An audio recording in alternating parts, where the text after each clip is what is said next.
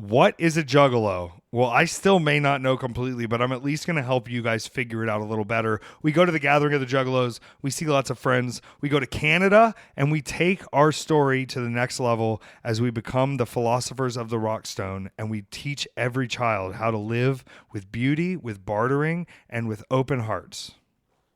It's Weekend at Effy's. All right, we're in. They're saying we could be in Russia by the time this releases. They're saying there was a deal made. Do you think it'll be better than what we've got going on now? Probably. Yeah, like let them in. Let the Russians in. I'm Russian. You know that, right? I know some of that. I'm half Irish, half Russian, like full-blooded on either side. I thought you were Kenyan. That too. I thought you were fully Kenyan on both sides. No, my original last name is Kozlov. Koslov. They are letting you do the determinations in I the know White there's some House. Deep war crimes in that family history. Yeah, all the way my back. God. You know what? You're forgiven though. You didn't continue the war crimes. You didn't do them yourself, and I don't think you should be held for the actions of your Russian ancestors. But I do think they can come on over. Come on over, baby. No one here has health care, and they keep telling me to get an MRI. My knee has been I don't like that I'm this tough. I'm going to be honest, because you know what I'm figuring out? I'll just as long as there's any progress, I'll be like, I think it's good. Yeah. But when I describe to you what I did this weekend to get through having my knee injured, this weekend is we're going to have to call it OG homecoming, because OG homecoming and LA homecoming are two different things. There's New Jersey homecoming. There's Los Angeles homecoming. They're a little bit separate. I'm going to have to face KJ Orso, and he keeps talking about, he's so deserving of the title. Everything, has been leading to him winning the title.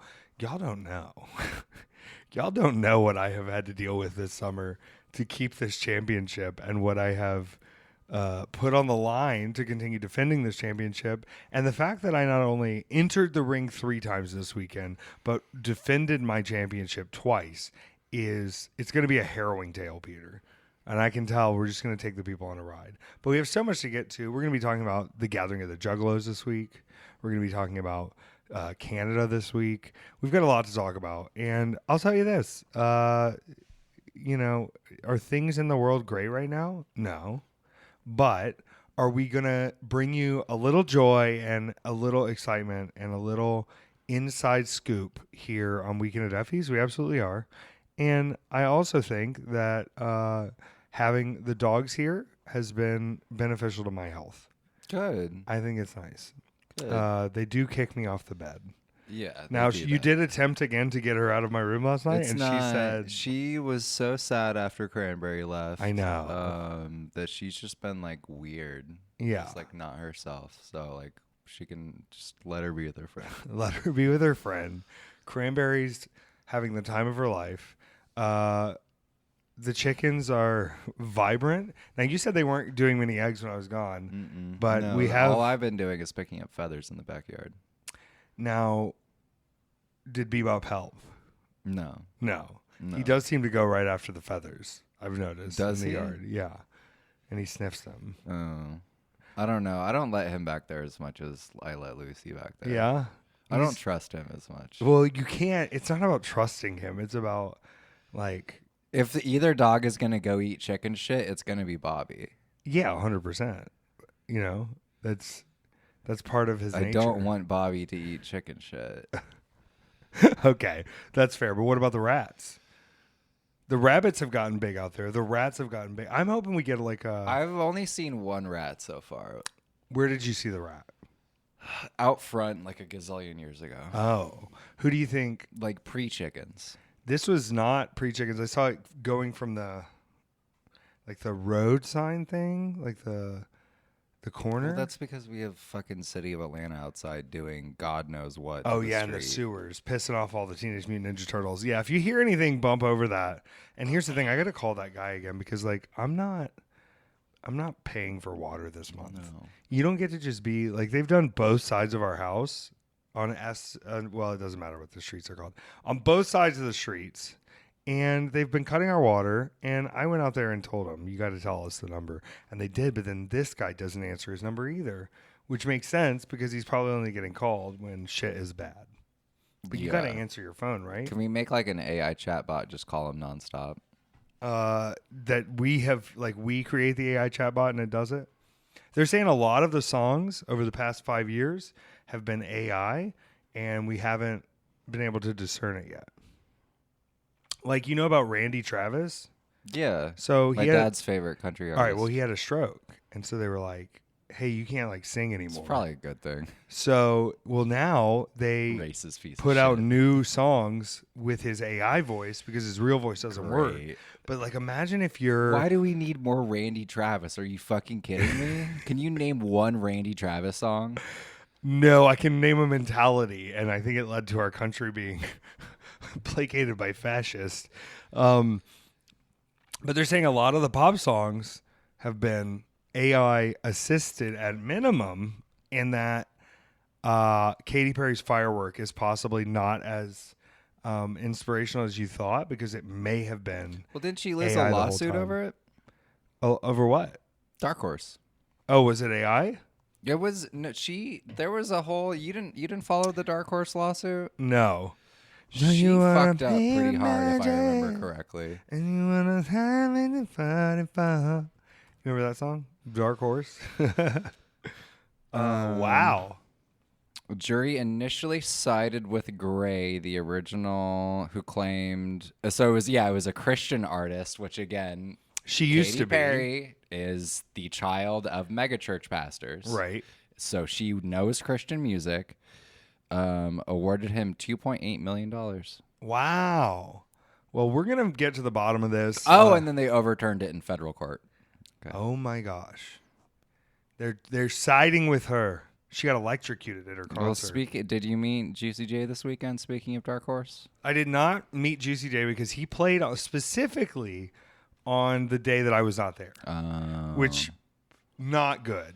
Because I wanted, not only did 3-6 Mafia play on the day that I was not there, also Bone Thugs and Harmony, all 5 members played the day I was not there. And they're going on a full nationwide tour right now that I think just kicked off at the Gathering. 3-6, Bone Thugs, and of course Tech 9. You a Tech 9 fan? I don't think Tech 9's a fan of me, which I think is fine. Not like personally. He's not like going around. That's why I'm not a fan of his, because I've always just been like, ooh, I don't know. It's probably not for me, right? Well, I think what's crazy, and I talked with Violent J of the Insane Clown Posse about this, that Tech 9 has always kind of been like a Juggalo favorite, but he blew up like big time, like more than they expected. And so now him coming back was actually kind of a crazy deal. He did look sick. He did look awesome. We'll get into all that. Now, before, look at that signature. The signature makes no sense on some of these celebrities, and they put their signature up. I was going to ask you, and I didn't want to jump the gun, if we had any questions this week before we get into the... What is that face you falling just made? in reverse collaborator, Tech 9. Ugh, okay. Well, do better. Do better, Tech 9. Oh, boy. Okay. This is from Clissy. Petar, how is the no nicotine going? Thanks for asking. Not great. Auntie Collins, what is your gas station snack order? What is my gas station snack order? What's your gas station snack order? Sorry, Clissy, we're just moving right past that. That was deep. If you want to ask questions, get on the Patreon, weekendateffys.com. I did give out a few gift Patreon subscriptions, but those are going to come to an end at a reasonable amount of time, so you can see if you enjoyed it. If you hear the people outside, yell at the city of Atlanta and tell them you're over it. My favorite things at gas stations are taquitos and hot dogs. I love them. What are they doing? What are they doing out there? They're fixing a hole where the rain They gets couldn't have in. done this while I was at work for the past 7 days? Yeah, because they won't go out at night. They won't go out at nighttime. They hate, they're like opposite vampires. Well, the city hates for them to be out at night because then they pay them even more. But yeah, they're just cutting up concrete pieces so that they can get the juice out because there's too much juice. It's like me with my knee. I had to get all the juice out. Now let's go back to gas station food because that's appetizing as we discuss construction. Taquitos are a number one for me. I love a taquito. I don't give a fuck about a taquito. You don't give a fuck about a taquito? Fuck about a taquito. Like a really well cooked, crispy. No. What about hot dogs? With some sloppy onions? No. Little mustard? No. Oh yeah, no, not at all. No, what about donuts that you get from the QT? Yeah, those are cakes? great. But I'm letting go of sweets at the moment, so it's I think that's really cute. I'm not. I'm trying. Okay, what about the tacos from QT? I've never seen these. You talk about them. I don't think they have them at my QT. They do because I've gotten them at that specific QT before. Have They're you? in the pizza area in Foyle, and they raised the prices on them. They used to be 2 for $6. You're talking about 10th Street Quick Trip with the Sniffies cruising spot in the bathroom, right? Is that true? Yeah. Oh well, yeah. I guess I am. I'll take you over there one day. We'll do a little taco run. They're delicious, but they used to be 2 for $6. I see you, QT. They're now 2 for $8.50. It's fake. There's no. Everybody talking about inflation. I know right now. every single It's fake. Quick Trip employee in there. And there's one that charges me regular prices for things where everyone else gives me a discount because, you know, they see me all the time. Right. And so I have just been harassing this woman for not giving me the discount. What a bold statement. Here's because I don't think I'd care enough. If you asked me once for the discount, I'd give it to you. No, I just been like straight up, why is it more expensive when I check out with you versus every single other clerk? And so she's every time I protecting see the her now, profit. I go, here we go again. She's protecting the profit. Oh, they God. love those kinds of employees in corporate. If you want a discount, which we're going to have to go change the discount soon. All right. It's too much discount. So you're still getting it right now. But weekendateffys.com as a Patreon top tier member under the cranberry. Is it cranberry or is it? It's cranberry. Cranberry funding tier. You get a discount on merch. And if you're wondering, I'm just going to say it again. The black tie-dyes are taking forever to get to me. So there's still people are emailing like, what happened to my order? Yeah, your order happened because I accidentally fucked up my own website. This is all on me. This is me calling me an idiot and accidentally put those shirts back up and people saw it and just went in there and went crazy. Now sourcing these fucking tie-dyes is not easy and they should be shipping out by weekend, but it is not. It has not been the most fun finding these tie-dyes. And you know what though? I could have just been like, nah, we can't do this. I honor you and I will get it to you and it will be there soon. So I hope you know that. If that was a question you had in your heart. Weekend at Effy's. Did you hear about the dyslexic zombie? No. He only eats brains. Wait, what? Wait. I don't get that one. Are you dyslexic? It says Brian's. There we go. Because Brian doesn't have a brain. Thank you, Heather. All right, this is our last one. Okay, good. Ashley, Effy, what was your favorite thing you saw at the gathering? This is what a great lead-in for. I saw a lot of things at the gathering, and I think we have to kind of take it step by step through the momentum of what the gathering is, right? Mm-hmm. Now, the gathering is a yearly celebration of Juggalo culture, and it's happened at a few different locations, but for right now, it is in Legend Valley, Ohio, which the closest major metropolitan would be Columbus. So I flew into Columbus, and then I was told, hey, look, we don't have to wrestle on either of the days until midnight or 1 a.m. Like, that's how the schedule goes. Mm-hmm. Like, we're wrestling at midnight or 1 a.m. after the headliners. And they said, so just go hang out at the hotel. But I was so excited. I was like, oh, we got to get up there. Like, oh, I want to get up there. Didn't need to get up there because it is going on all day and all night. And also, my knee was still not great. And this I'd been like a week and a half off of the leg, trying as well, but still going on walks. I was informed by another doctor there, like, if you just keep this leg up and don't use it for like 4 days, you're going to be great. But if you keep using it, it's going to keep filling up with I wonder juice. who else has been telling you that. All right, now listen, Dr. Kozlov, I need you to know something. You're correct. And I don't know how to tell you sometimes that you being correct doesn't mean I'm going to be correct. I'm going to be incorrect. Mm-hmm. And you know what? You know what I have to do? I probably would have seen you before you went to work the day I got home, but it took a lot longer in the bathroom fixing my knee. I thought that was a Lucy noise I just heard. I was in there and it took me a while to drain 6 vials off my knee. And there's still some more in there and it's fine, but it does seem to be healing. It doesn't seem to be holding back. It's just the problem is it's so tight when you move it because of the liquid that it's fine. Everybody listening at home is like, just go to the doctor. And I'm like, no, I'm not giving them $1,000 to tell me to like go rest my leg.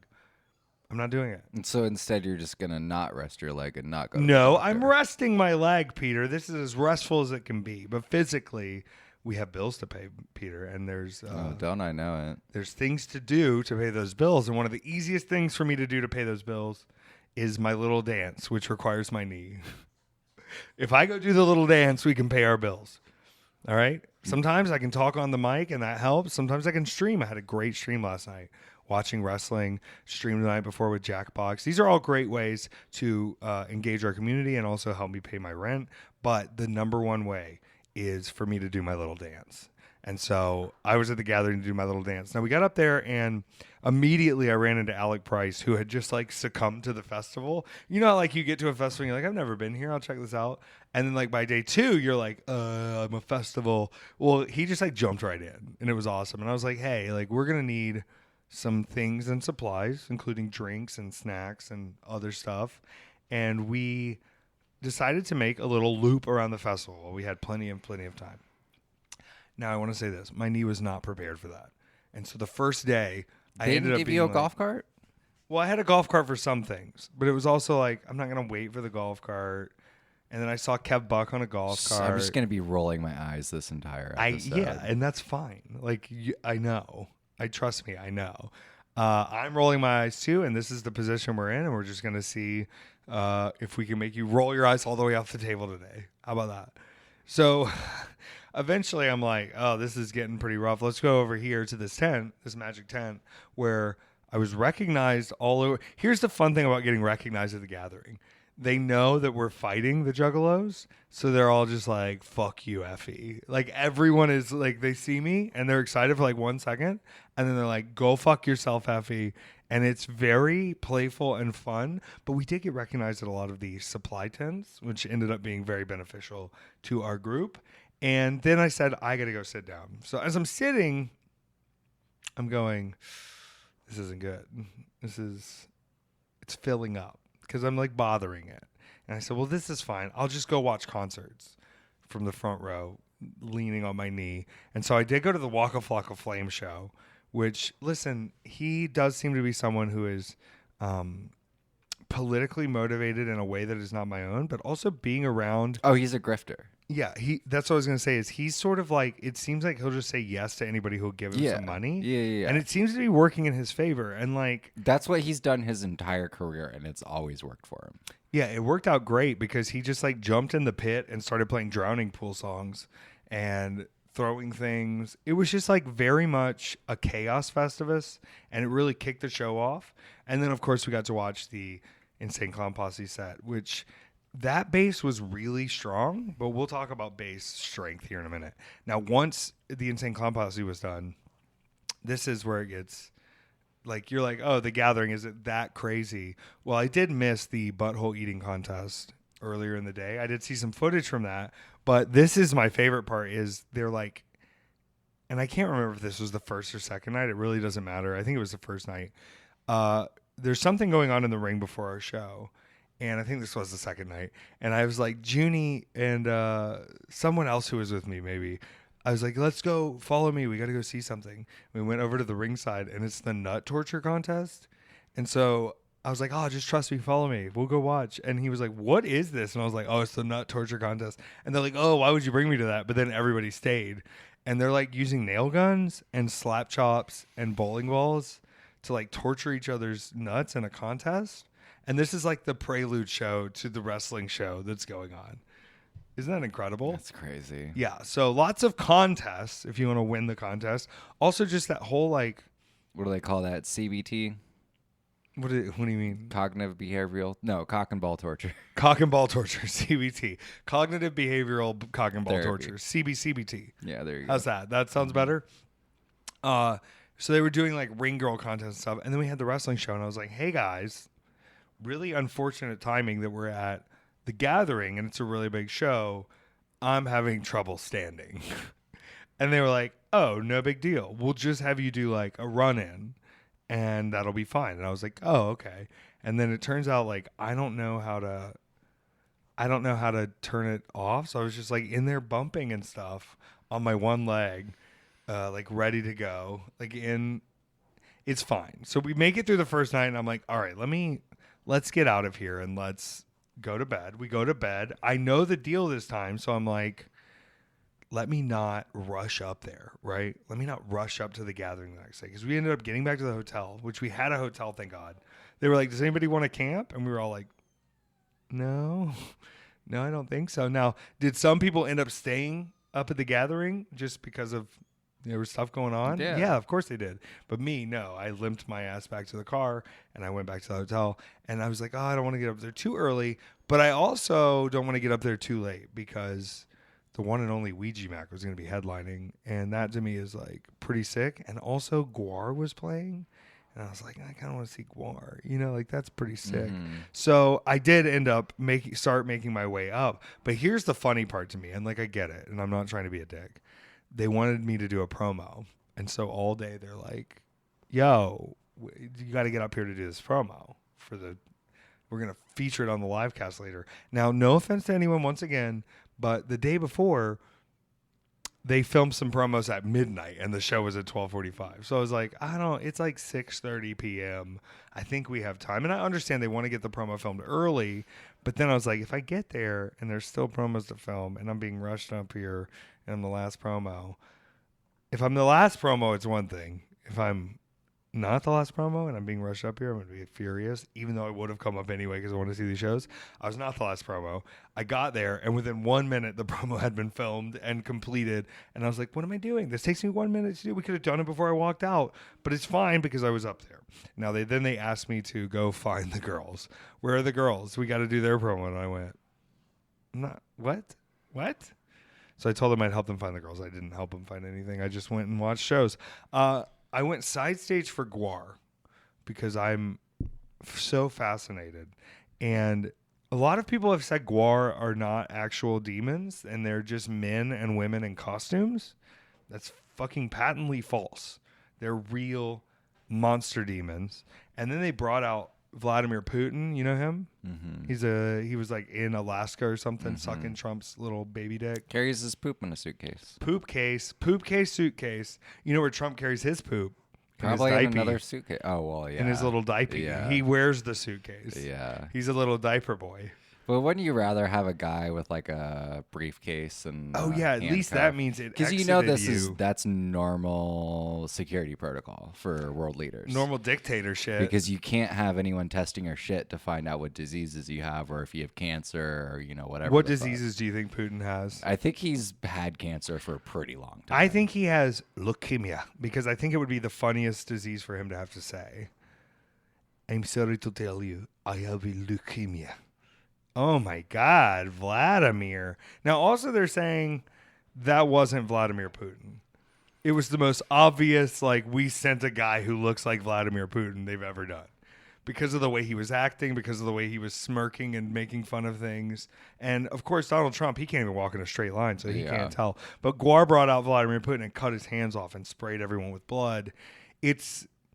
They really are artists, and they really had a great time. And I'm so glad I got to watch Guar live in person. I think they've done The Gathering before, but it's been a few years. Mm-hmm. And the show is just the thing about The Gathering is everybody's you're so desensitized within 2 minutes of being there to everything. Someone was like, what do you think of The Gathering? And all I could think was, it's like freebasing humanity. It's like smoking the core of humanity. There are tits everywhere and dicks everywhere and every type of person you've ever seen and every type of genital you've ever seen, every type of outfit you've ever seen, every type of, participatory recreational substance you've ever seen. And everybody seems to be having a great time. There does seem to be a sense of keeping, we don't want to stop you from doing things, but also you can't treat people disrespectfully because of who they are or what they are. Now, I will say the second night, I finished watching Guar, and who did I run into? But Andrew Callahan of Channel 5. And I was like, yo, what's up? And he was like, we're just checking out the gathering. And I was like, are you staying for the pro wrestling? And he was like, when is the pro wrestling? And I was like, it's at 1 a.m. over there in that tent. And he was like, yeah, we'll stay for the wrestling. So we're going to see if we popped up on anything there. I will say, though, a lot of there is at the gathering a sense of wanting to be there and being a part of the community. From the old heads, though, there's a no tourists rule. So you really got to mind your P's and Q's, which I think Channel 5 minded their P's and Q's. But there were a few streamers there that were causing a lot of problems. Oh. That were just making a mockery of things. Not the Channel 5 team, but I hope that, they won't come back. I don't know. It's like we had to deal with the fire marshal a lot the second day because we were trying to do a particular type of show. And I wasn't directly dealing with it, but like our teams were dealing with the fire marshal. And to see how much they sort of go like, look, here's the basic rules of what we need from y'all for this to exist. The jugglers are very protective of people not fucking up those very, very easy rules. Like, don't shoot fireworks off in the crowd, and like, don't light people on fire, and like, be mindful of passing out and attacking people. Don't do that. So when there's people on, the campgrounds that are fucking that up, it's very much like a tightrope of a situation where you're going, hey guys, they're letting us get away with a lot here. Could y'all chill the fuck out and not cause problems and not make an issue and not try to cause fights and spit on people and not, be, I don't know what they are. They're just, the thing is, they are allowing this part of humanity to exist, and it's kind of a utopia. Like, it's kind of a full on, everybody's kind, I will say this is a big problem. Okay. I got on the grounds of the gathering.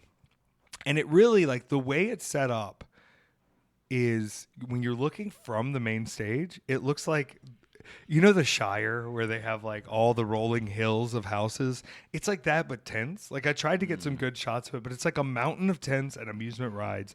And you can just like see up the side of this valley where everybody's got their tents parked.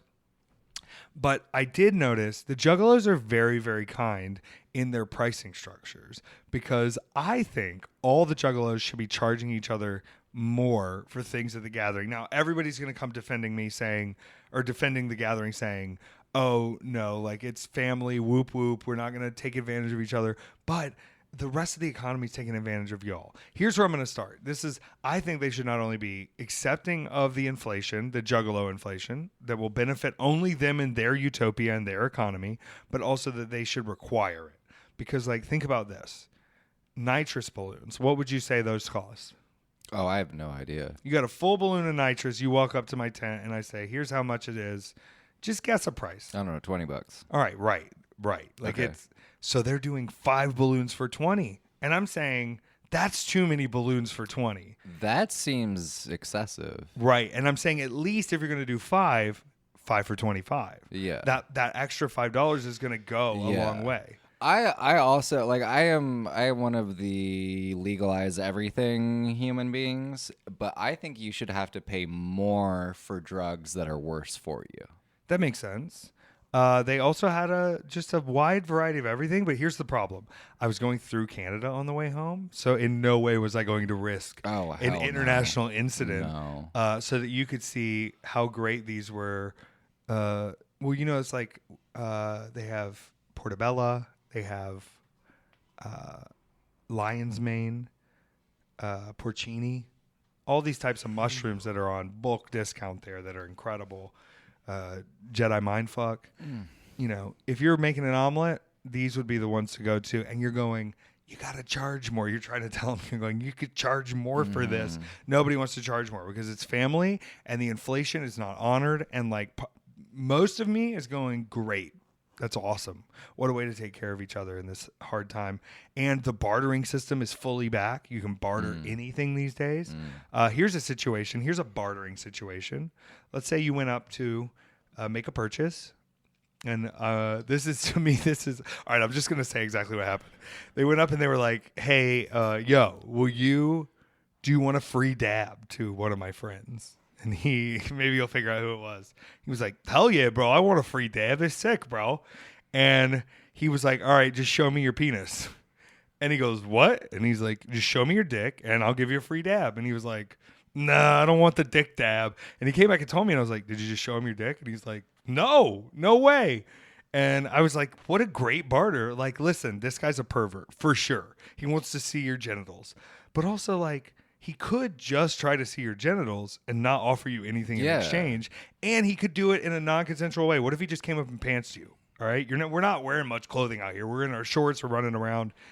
What if he just did that? And instead, he came up and said, look, I know what you want and you know what I want. And let's do a fair trade. Bartering's back. And he was like, I'm not ready to barter for that yet. Which, like, to each their own. But if I was in a place in my life where I could do dabs, probably would have shown him my dab wiener. What's the harm? So if anybody's wondering out there, that's about the cost of the ride. No, I'm just kidding. Please don't offer me. But this economy is just like, I felt like I should go in and be like, okay, guys, we can charge a little more. There was a guy just passing out free blunts all weekend. Yeah. I mean, it's marvelous. It's incredible. The catering was so good. The catering was just like unstoppable. Now, the second night, after we ran into everybody, I did have to wrestle a match, and it was a test. I really wrapped this thing up. I saw that I could pull it off, but I will say this, and I want to apologize to anybody who's in the way, and I'm going to explain myself. I had a bit of a diva moment. Now, I don't know who it was. They're not somebody who's getting paid enough to complain about them personally, but this is the mood I was in. I had wrapped up my knee for the second time. I'm out in the woods in Ohio. I don't have good seating or air conditioning all day with my knee hurting. And I agreed to do this match. And I was very serious about saying, listen, I can only do so much. I'm going to do what I can. I'm honored to be here. But this is my limitation. And so luckily, me and Willie Mack put a match together. And the end of the match had a run-in from someone called Fat Fuck Barrel Boy. So this is just like when they come up to you, they're like, yeah, so you got to run in your match. Fat Fuck Barrel Boy is going to come out and be a Fat Fuck Barrel Boy, and he'll attack you, and then it'll backfire, and you'll steal a win. And all that's great. And I said, okay, to my ref, to my team, I said, all I need is for you to leave the belt out there. Leave the belt. Leave my championship out there, which I stole back from the Juggalos. It was easier because they fired a lot of them. And I get to the part of the match where I'm supposed to have my championship that I can use against Fat Fuck Barrel Boy to cause this finish to get fucked. And it's not there. Because all weekend they haven't been taking anything away from the ring and have now decided to take the championship away from the ring. Now, luckily, they didn't get everything. They kind of half-assed it, and so they left my jacket. So I had to make a change on the fly to use the jacket instead of the belt. The cue for this, though, was when I pull my ass out, that's when there's a run-in, right? And so during this whole thing, I'm realizing I don't have the championship. I have to figure it out on the fly. My ass is hanging out. My knee hurts pretty bad, and I'm screaming. And if you go back and watch this footage, I talked the next day, which we'll get to Jonathan Ash, who does all the production for GCW, does all the usual sit-in for GCW, but he was not on these gathering shows because the Juggalos are doing their own production. And he said, I was watching you at the end of that. Was that like, were you doing a bit, or were you really freaking the fuck out? And I go, oh, you could tell? I was freaking the fuck out. Because I'm going, I had to fucking tape my knee up, and I got to come out here injured, and you got to do one thing. And I get to the back after they finally bring my belt out at the end, and I've changed it, and I'm like doing a bit. But sometimes I've realized in wrestling, if you look overall at Effy, okay, I'm going to be honest, I don't complain about anything. I get the job done. I set my limitations, but I still went out there and had a match.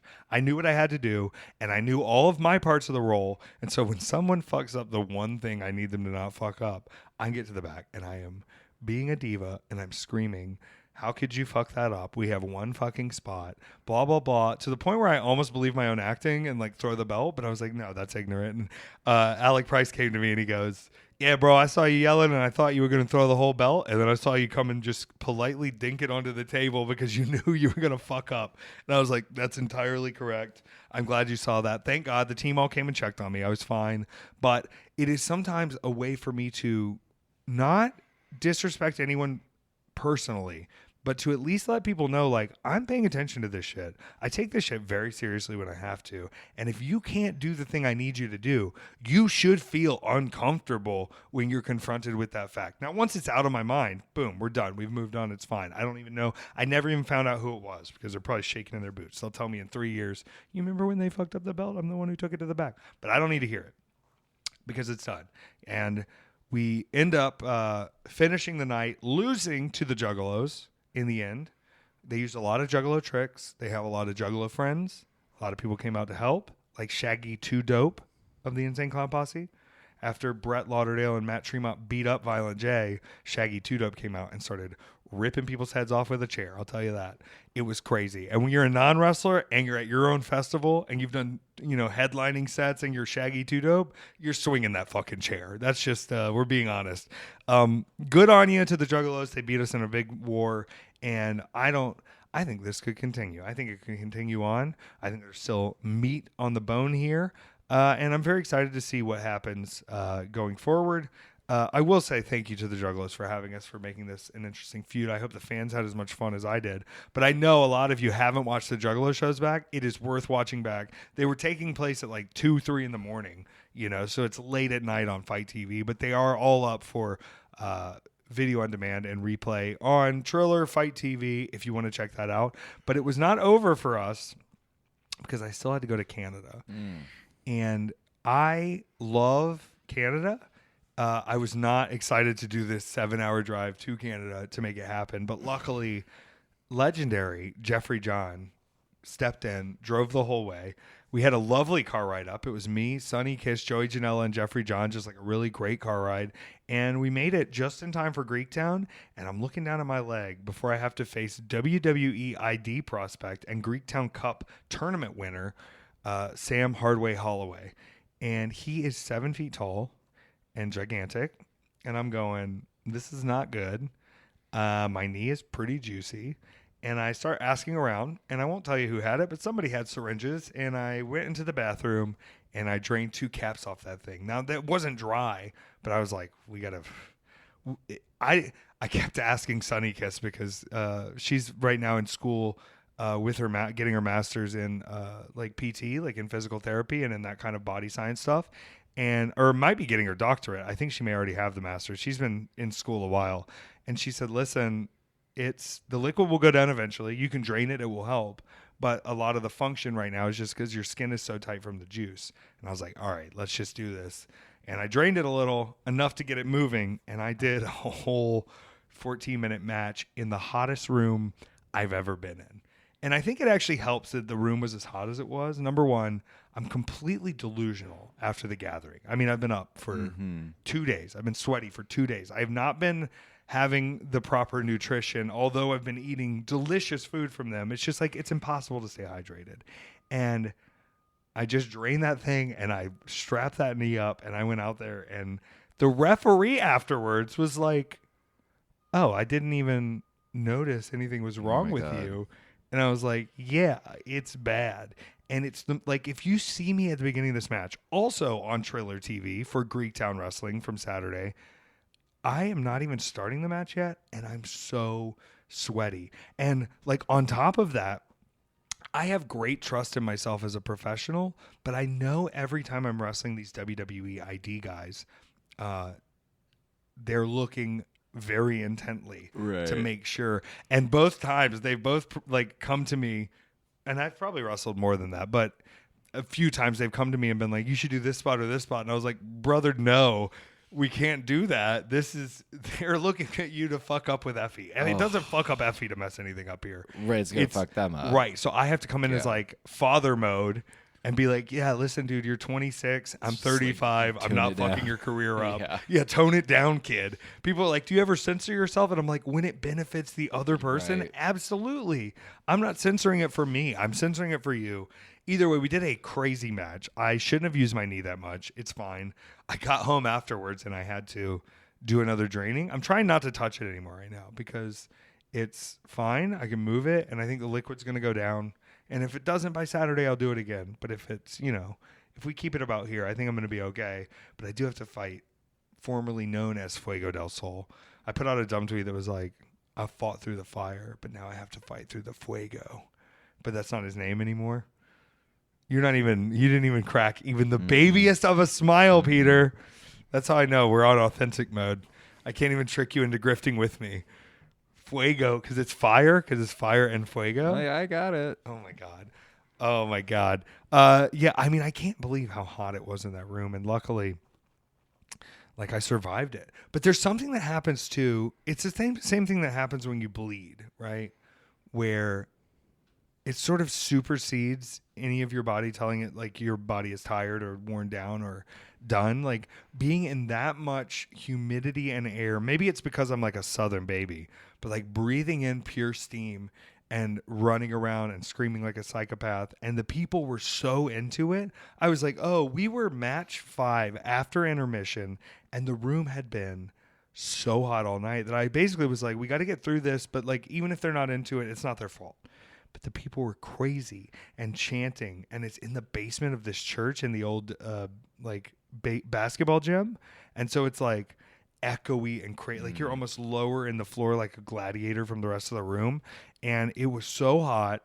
We got it done. I limped my ass through it, and then I ate a dozen oysters sitting at the table at the restaurant that we went to for the after party. I just sat down and had a dozen cold oysters, not even like politely. Like ate them like it was an appetizer, just like oyster.